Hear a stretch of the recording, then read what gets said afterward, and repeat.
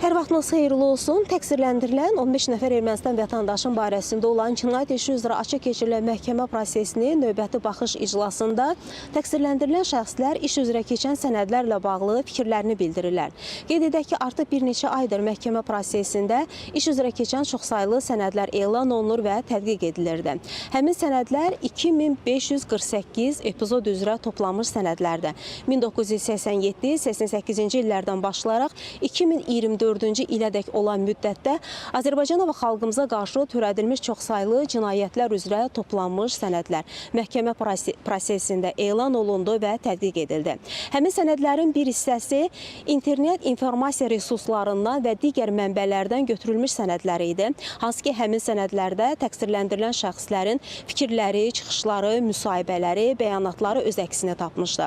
Həmin ifadələrdə etnik, milli zəmində çağırışlar səslənirdi. Eyni zamanda Azərbaycanın suveren ərazilərinə qarşı düşmənçilik zəminində fikirlər səslənirdi. Eyni zamanda orada müharibəyə, terrorçuluğa çağırışlar var idi həmin fikirlərdə.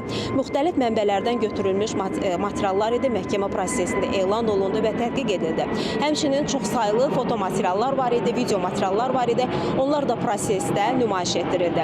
Hazırki mərhələdə isə təqsirləndirilən şəxslərə həmin sübutlarla, faktlarla bağlı fikirlərini bildirmək üçün şərait, imkan yaradılıb və təqsirləndirilən şəxslər bununla bağlı çıxış edirlər, fikirlərini bildirirlər. Qeyd edək ki, təqsirləndirilən şəxslər həmin o ifadələrlə bağlı elan olan sənədlərin bəzi xüsusatlarla bağlı razılaşmadıqlarını bildirirlər. Eyni zamanda təqsirləndirilən şəxslər baxmayaraq ki, planşetlərində həmin bütün materiallar toplanıb, əlavə sənədlərin də onlara təqdim olunmasını məhkəmədən xahiş edirlər və məhkəmə də bunu təmin edir.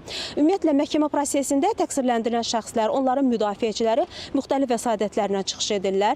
Hər məhkəmə prosesində və qanun çərçivəsində olan vəsadətlər də təmin olunur. Proses açıq keçirilir, media nümayəndələri də iştirak edir. Biz xəbərlərin növbəti buraxılışında daha geniş bugünkü iclasla bağlı məlumatları çatdıracaq. Hələlik isə bu saata Bakı məhkəmə kompleksinə çatdıracaqlarımız bu qədər deyərək sözü yenidən mərkəzə, studiya ötürürük.